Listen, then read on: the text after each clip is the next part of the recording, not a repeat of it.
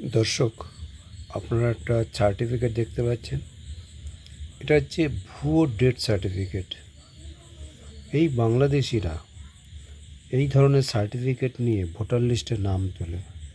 বাবা থাকে বাংলাদেশে, ছেলে পশ্চিমবাংলায়, বাবাকে মৃত দেখিয়ে ভোটার লিস্টে নাম তোলে। বুঝতে পারছেন কি ভয়াবহ চলছে পশ্চিমবাংলায়? ভয়াবহ।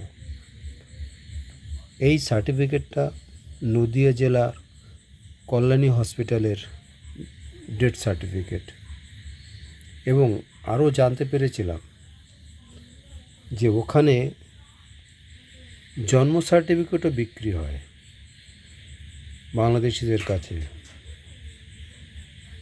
5,000, 10,000, 15,000, যে যার কাছে নিয়ে পারে। সে ব্যাপারেও আমি প্রোটেস্ট করেছিলাম। একটা ইনকোয়ারি হয়েছিল। ইনকোয়ারিতে কল্যাণী থানা তাদের বিরুদ্ধে স্টেপ নিয়েছিল। দেখুন আপনাদের বাংলাদেশিরা কিভাবে আমাদের ভারতবর্ষটাকে বোকা বানাচ্ছে। নেতাদের এইভাবে ভোটার লিস্টে নাম তুলছে, অথচ কাগজপত্র কোনো ঘাটে না। নির্বাচন কমিশনার যে সমস্ত কর্মচারী, তারা কখনো কাগজপত্র ঘাটে না, চোখ বুজে তাদেরকে ভোটার লিস্টে নাম তুলে দেয়।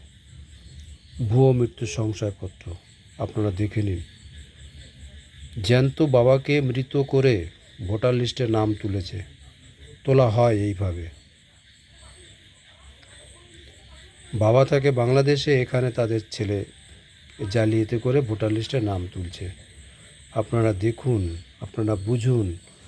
বিষয় একটা অভিযোগ করা হয়েছিল দিল্লিতে। এখানে প্রচুর বাবা স্কুলে মাস্টারি করে, বাবা বাংলাদেশে স্কুলে মাস্টার, ছেলে এখানে বাবাকে মৃত দেখিয়ে ভোটার লিস্টে নাম তুলেছে। বুঝতে পারলেন? জাগো দেশবাসীও, জাগো, প্রতিবাদ করা শেখো। সরকারি কর্মচারীরা জানুক পয়সায় পশ্চিমবাংলাটাকে বিক্রি করে দিচ্ছে বাংলাদেশ অনুপ্রবেশকারীদের কাছে।